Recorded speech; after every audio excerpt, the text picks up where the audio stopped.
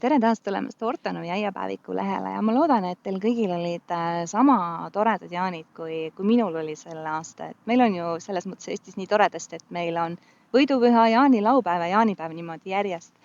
Ja eks see on kõigi eestlaste vist üks südamelähedasemaid pühasid. Nii tore oli ka näha ikkagi, et meil on need traditsioonid, et kas või see jaanilõkke tegemine, et maalt küladest läbi sõites ka, et siin-seal on ikkagi need jaanituled, mõned suuremad, mõlemad, aga mõned väiksemad, aga ikkagi, et see annab sellise mõnusa tunde alati.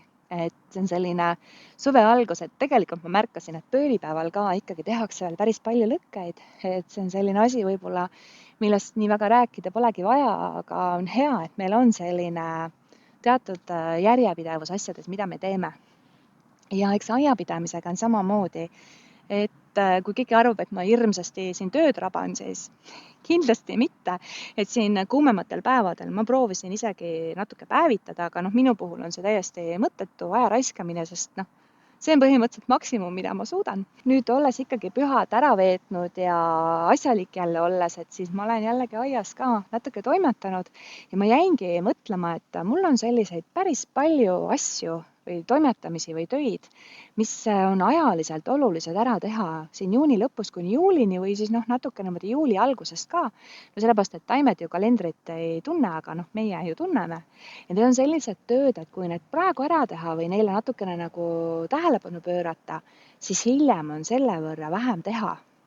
Ja selle võrra on ka meie aiasaagikus parandatud. Ja töödeks on nüüd muidugi natukene palju nimetada sellepärast, et enamus neid asju teen mina ära hommikul siis, kui ma joon kohvi ja ma ootan, kuni mul kohvi mõjuma hakkab, et ma olen üks nendest inimestest, kes hommikul vajavad natukene aega, kauem kui teised. Aga jah, miks ma ei saa neid töödeks nimetada, ongi see, et mul ühes käes on see kohvitass ja teise käega ma vaikselt toimetan ja tõesti tööks nimetada on seda liiga palju. Aga juuni lõpus sageli meil kõigil on meie kõrgekasvulised tomatid jõudnud sinnamaani, kus on siis vaja pidevalt need üle vaadata, et sealt lehekaelast ikkagi need kasvud ära võtta ja seda tuleb teha mitu korda selleks, et see taim siis liiga tihedaks ei kasvaks ja et ta ikkagi paneks oma fookuse viljade kasvatamisele, sest et me tahame neid vilju saada, et meil ei ole seda rohelist tomativossi absoluutselt vaja.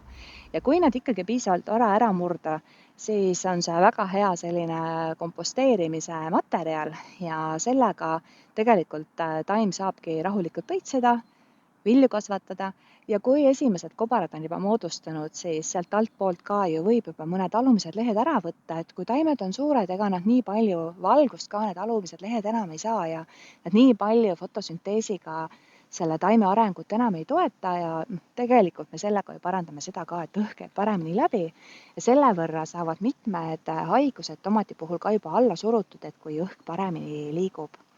Ja muidugi, kui sa natuke müksad ka seda taime, saab selle õietolmu selle õie sees liikuma, et tomat ju tolmneb iseenda tolmuga, siis sa oled selle tolmutamise ka ära teinud ja siis ei olegi midagi muud, kui jääda seda saaki ootama ja mul on tomati kohta päris palju videoid, et kui sa tahad mõne nüansi kohta natukene täpsemalt teada, siis sa saad rahulikult omas tempos ka neid videoid järgi vaadata. Ja teine asi ikkagi, mis meil aias on ju, et meil ju käib kõik ringiratast ja mõned saagid me oleme juba aiamaalt ära koristanud ja või oled sa aiamaad juurde teinud või sul on veel vaba aiamaad, siis tegelikult ma tegin pikema video ka, et mida jõuab veel seemnest kasvama panna siin jaanipäeval või jaanipäeva paiku. Ja seal on väga palju asju ja ma nüüd ise olen ka umbes need pooled külvid ära teinud. Ja et sa võid seda videot vaadata, et mitmed kirjutasid mulle, et nad said nii palju mõtteid juurde, mida veel võib külvata, sest nad arvasid, et kõik asjad peab maikuus maha panema. Ja siis on kõik. Ei, sa jõuad veel väga palju asju teha, näiteks maitsetaimi sa võid kogu aeg külvata. Ja sellepärast ka sa saad ju tänu sellega oma toidulauda palju mitmekesisemaks teha ja rikastada. Ja aga kui sa ei taha köögivilja või ma ei tea, suvelilli külvata, siis vähemalt pane sinna vaba maa peale multsi või katase kompostiga, et ära vaba mullapinda jäta. Et loodus ei salli tühja kohta või et äkki sul on hoopis selline süsteem, et sa kasutad mõnda haljasväetist, siis nendega ka juba võib alustada, aga eks siis peab lihtsalt vaatama, et kui suureks sa lased tal kasvada. Aga sellega tegelikult ma jõuan loogiliselt ka järgmise asjani, mis on rohimine. Meile ju hirmsasti meeldib kõigile rohida. Või mina tegelikult võib-olla tegin nagu natuke nalja, et meeldib rohida, aga mulle tegelikult ka meeldib rohida, et nagu paremat stressirohtu ei ole. Aga praegu just peaks tähelepanu pöörama nendele seemneumbrohtudele. Et minu aias on need peamiselt paar tegelast, on külmamailane, roomav maavits, ta on nüüd päris väheseks juba jäänud. Vesiheina on veel natukene, siit-sealt tuleb üles ja natukene veel maltsa ka. Et ma küll olen väga tubli multsija, aga täiesti ootamatutest kohtadest ta ikkagi siit-sealt välja tuleb. Aga oluline on see, et ta tuleks välja rohida enne, kui ta õitsema hakkab.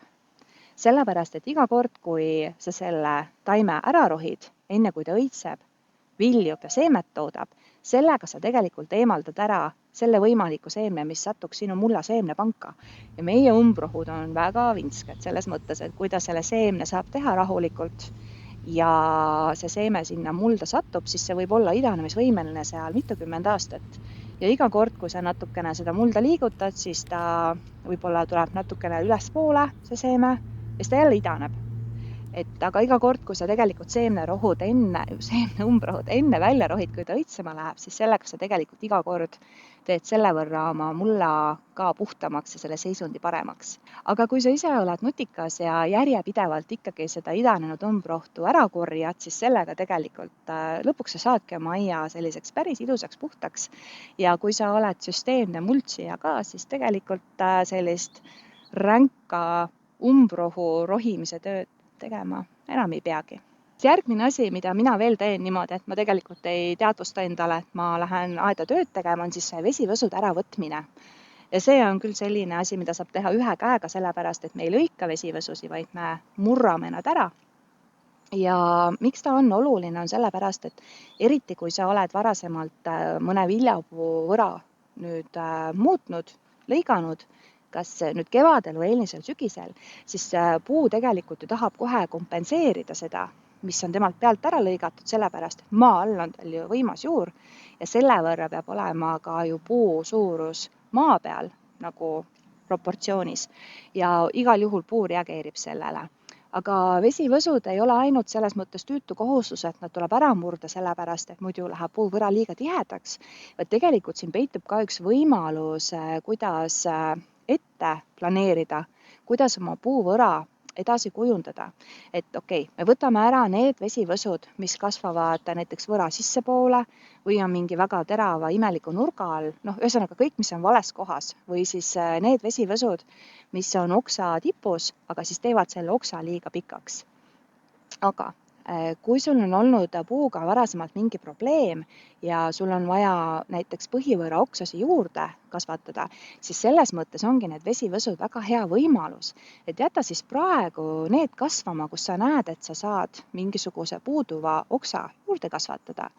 Ja siis suve teises pooles lõika punga pealt ta tagasi selle suuna pealt, mis sulle meeldib ja siis selle aasta kasv puitub ilusti ära ja ilusti talvitub ka ja kui ta on õige nurga all, vastavalt mis viljapuu sul on, siis sinna külge tulevad ja viljaoksad.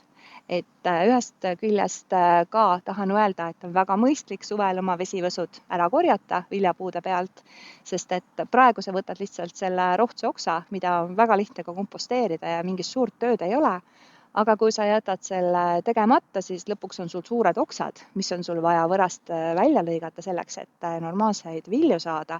Ja siis on seda tööd juba väga-väga palju rohkem, et palju lihtsam on see rohtne oks panna komposterisse, kui siis hakata suurt puitunud oksa hiljem kas hakkima, põletama, jäätmejaama viima või mida iganes, kuidas keegi oma okstega majandab, mis tal aias lõikamisega tekib.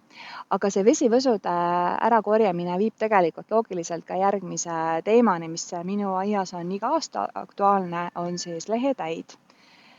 Ja kui sa korjad neid vesivõsusi ära, mida sinu hinnangul sinu puuvõrasse vaja ei ole, siis tegelikult lehetäidel meeldib just siin selle noore osa peal olla. Ja see on nende jaoks nagu täielik maiuspala, et vanade lehtede peale siia nad ei tule, sest see ei maitse neile nii hästi. Et tegelikult, kui sa neid vesivõsud ära korjad, siis sellega sa juba teed vähemaks neid oksi, kus lehetäidel meeldib elada, kasvada ja paljuneda. Aga kõige hullemas seisus ilmselt ongi just noored viljapuud. ja nad on ju madalad ka selles mõttes, et ma ei pea redelit tooma kuuri alt välja, et nendeni lehtedeni jõuda. No kõigepealt sa juba kaugelt ka näed, et see tipp näiteks on kuidagi üles koprutanud või areneb kuidagi ebanormaalselt.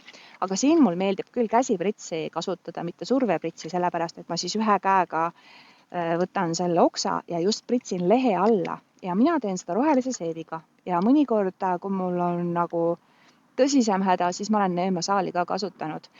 Aga mis on siin oluline ja kus sageli eksitakse, ongi see, et seda tuleb teha järjepidevalt.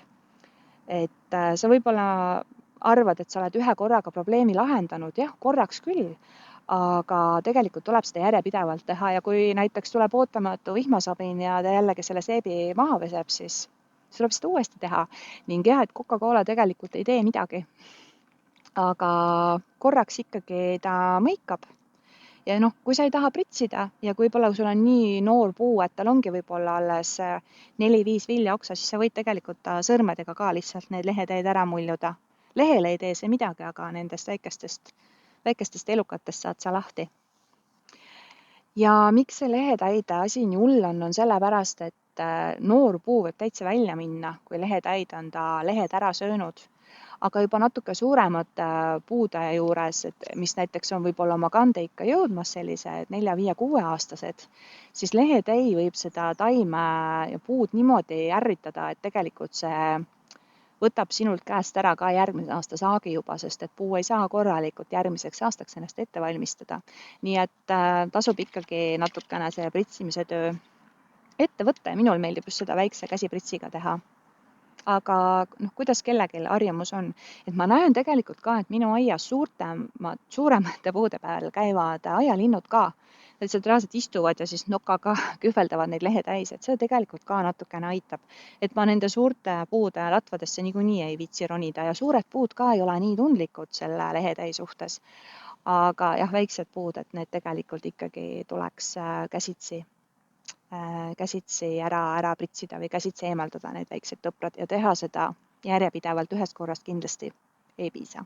Ja viimane asi, mida ma tean ikkagi, et ma teen, aga ma endale ei teadvusta, et see mingisugune eriline töö on, et see on pigem lihtsalt selline rõõm, on see, et taliküüslaugul tuleks siis need õievarred ära murda selleks, et taim saaks siis keskenduda mulla alla nende ilusate suurte rammusate küünte kasvatamisele, sest muidu ta hakkab seda nii-öelda õisikut kasvatama, et muidugi küüslaug ei õitse, et sinna tekivad sigisibulad, millest ka tegelikult saab endale uusi taimi sügisel kasvama panna ja see on ka väga tore ettevõtmine, sellepärast et kui sa uuesti nad nagu sügisel maha paned ja kevadel võtad, siis esimesel aastal nad ei jagune, on sellised sibulakujulised küüslaugud ja neid on ka tegelikult väga tore puhastada ja söögiks kasutada.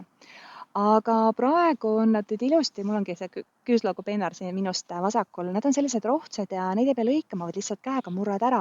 Ja mina olen nad kõik toiduks ära kasutanud, et neil on selline mahedam küüslaugu maitse ja kui need on rohkem olnud, siis ma olen küüslaugu neid jupikesi teinud, pannud sügavkülma või siis näiteks liha marineerimisel kasutanud.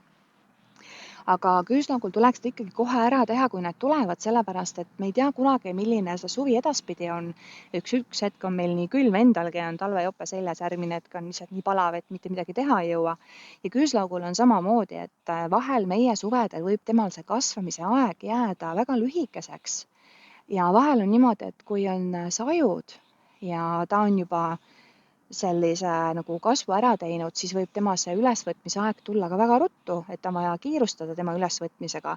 Sest kui ta niiskuse toimel all selle küüslaugupesa lahti lööb, siis sealt sellist head säilitamise küüslauku me ei saa. Nii et kui on võimalik juba kohe-kohe ära võtta need küüslaugu õisikud siis, eks ole, et siis seda kohe teha, sellepärast et siis jääb taimel kindla peale rohkem aega, et ka alla neid suuri küüsi kasvatada. Ühesõnaga, need olid minu sellised 6 tegevust, mida ma nii-öelda mööda minnes teen. Ma ei ütleks, et ma nüüd mingi tohutult tööd teen, sellepärast et see on lihtsalt puhas rõõm. Aga võib-olla sinu aias on hoopis kõik teistmoodi ja võib-olla on sinul mingisugused sellised mööda minnes, aga ajaliselt olulised tööd, mida tuleks ära teha siin juuli alguseks, siis ole hea, jaga seda teistega ka. Et kindlasti on ka midagi, mida minul on juurde õppida ja mida ma võiksin ka enda aias rohkem tähele panna. Ma nüüd siis lähen ja päriselt ka murran need küüslaugu õisikud ära, aga sinule soovin ma toredat aiapidamist.